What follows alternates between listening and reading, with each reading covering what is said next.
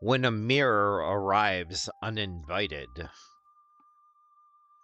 Alex informs me that tonight, traveler, the tavern has drifted along a quiet crossroads, neither here nor there, a place where lantern light falls strangely on the floor, and reflections seem to linger a moment too long.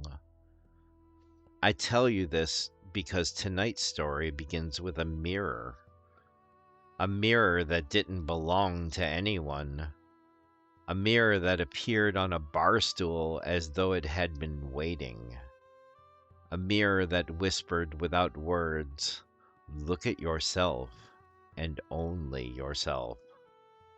Did that spark your curiosity? Good, because the night we found this mirror is the night we met someone who had already fallen deep into its trap. A traveler whose wounds came not from blade or beast, but from a quieter, more dangerous predator, narcissism. Not the loud, theatrical sort, the quiet kind that eats a person from the inside while convincing them that they are the feast. So, sit. Let me tell you how it all unfolded. He arrived just before moonrise, tall, sharp-jawed, confident in the way only the deeply insecure manage to be. He wore fine clothing, smelled of expensive oils, and introduced himself with the full flourish of his name, titles, accolades, and tragedies. Every sentence began with an I. Every sorrow he made yours. Every compliment he redirected back to himself.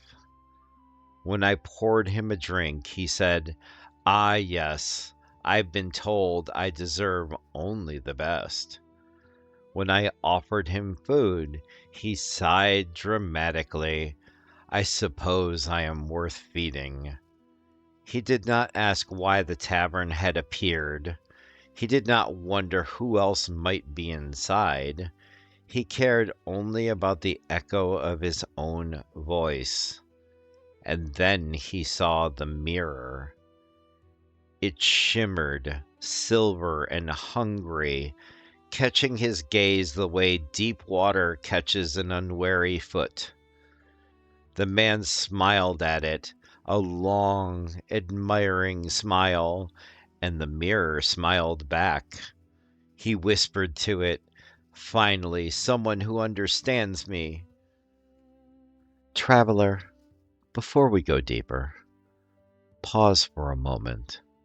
Think of someone in your life, or perhaps a version of yourself you once were, who looked outward for validation and inward for nothing but praise. Someone who mistook attention for affection. Someone who believed the world's orbit must match their own. Hold that memory gently. It will help you understand what comes next. The man spoke to the mirror as though it were an old friend. He praised himself, and the mirror brightened. He boasted, and its surface grew smoother. He insulted others, and the mirror grew warmer. But when he stopped speaking, when he paused to breathe, for even a heartbeat he was not performing, the mirror dimmed. I watched him grow desperate, not for truth, nor growth, nor comfort, but for supply, for the glow the mirror gave him only when he fed it more. He declared himself a misunderstood genius. The mirror gleamed. He lamented how others were jealous of him. The mirror shimmered. He bragged that he had never been wrong in his life.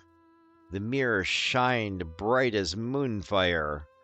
But then I asked him a simple question. Do you ever wonder how others feel? The mirror flickered. He froze as though the idea itself were a threat. No, he snapped. Why would that matter? If they can't appreciate me, they're unworthy. The mirror cracked, a thin line along its surface, tiny but unmistakable. The man gasped as though he had been wounded. And then the truth I had suspected revealed itself.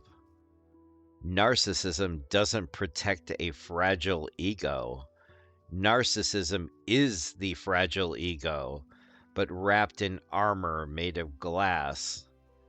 Here at the tavern, truth doesn't hide, it glows, and the mirror, now fractured, showed more than his reflection. It showed his fear, his isolation, his longing to be adored because he did not know how to be loved, his hunger to be seen because he did not know how to see others. And the man recoiled, not from the mirror, but from himself. He tried to fix the mirror. He polished it furiously, as though pride could mend truth. He begged for it to shine for him. He commanded it to admire him. He shouted at it for betraying him. But the mirror, no longer bound by illusion, began to speak through its cracks, not with words, with honesty. It reflected not the man he pretended to be, but the man he feared he was. Lonely, insecure, terrified of insignificance. He whispered, I don't want to be alone. I answered gently, then stop pushing people away. He whispered, I don't know how. So I sat beside him.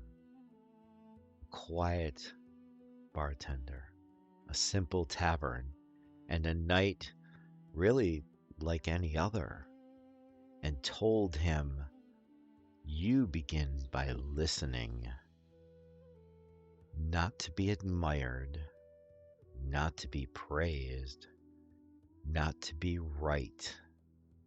Listen because others exist too. He flinched, as if I'd asked him to lift a mountain, but slowly, painfully, he nodded.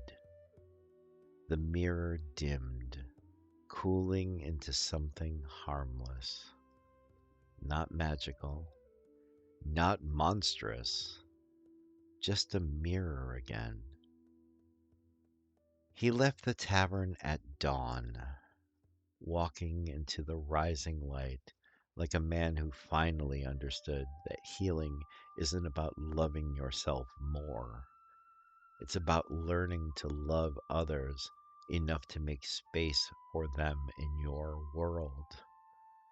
And traveler, if you saw him today, you might not recognize him, but you'd see something new, something that wasn't there before.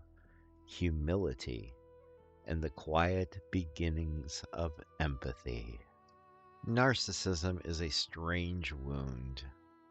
It hurts the person who bears it and everyone around them. It promises strength while feeding weakness, demands admiration while fearing rejection, and builds a world so small only one person can breathe inside of it. But traveler, mirrors can be set down. Armor can be unlearned. And even the cracked reflections can teach us how to grow.